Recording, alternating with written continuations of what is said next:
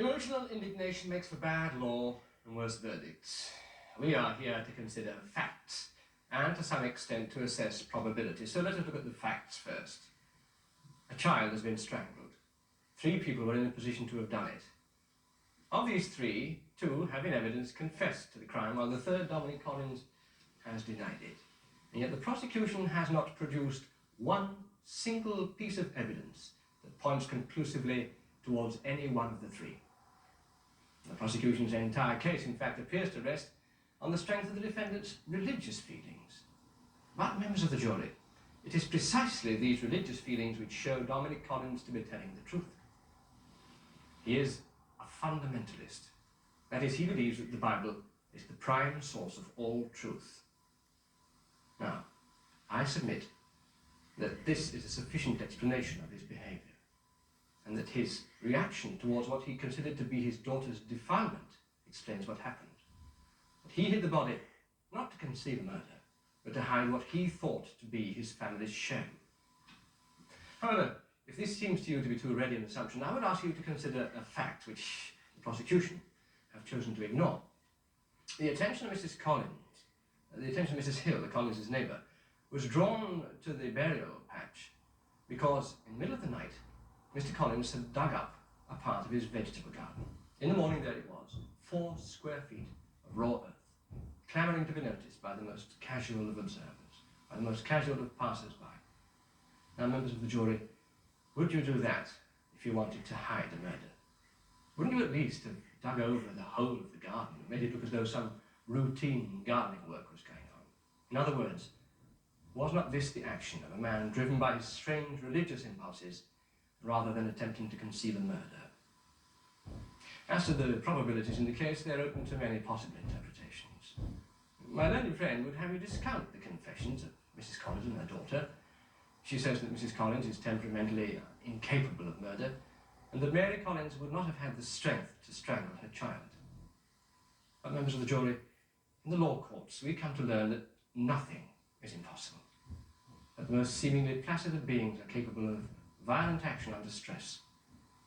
Who knows what Mrs. Collins and her daughter may have done when this illegitimate child made its sudden intrusion into their puritanical household?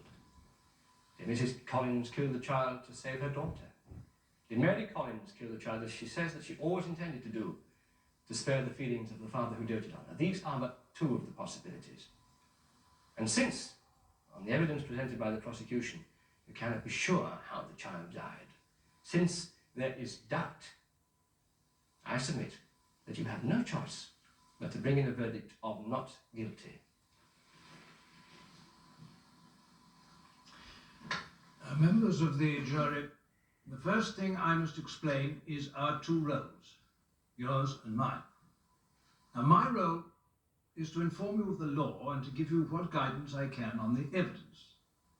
But it is your role to decide on the facts, to decide whose evidence you can believe and accept, whose evidence or what evidence you must reject. Now, next, the law requires that the prosecution prove its case beyond all reasonable doubt. Now, the prosecution case is that the accused Collins deliberately strangled his daughter's newborn baby. And they must prove that beyond all reasonable doubt, so that if you have any doubt as to whether he did actually kill this child, then you must bring in a verdict of not guilty. Now, the issues, members of the jury, appear to be broadly these. Do you think that either of the 2 confessions which you have heard in the witness box can reasonably be true? Or do you believe that, beyond any reasonable doubt, the accused's written confession to the police is true? I remember, in assessing the truth of Mrs. Collins' confession, that she now says that she killed the child before her husband entered the room, whereas she had previously told the police that the child was alive when her husband entered the room.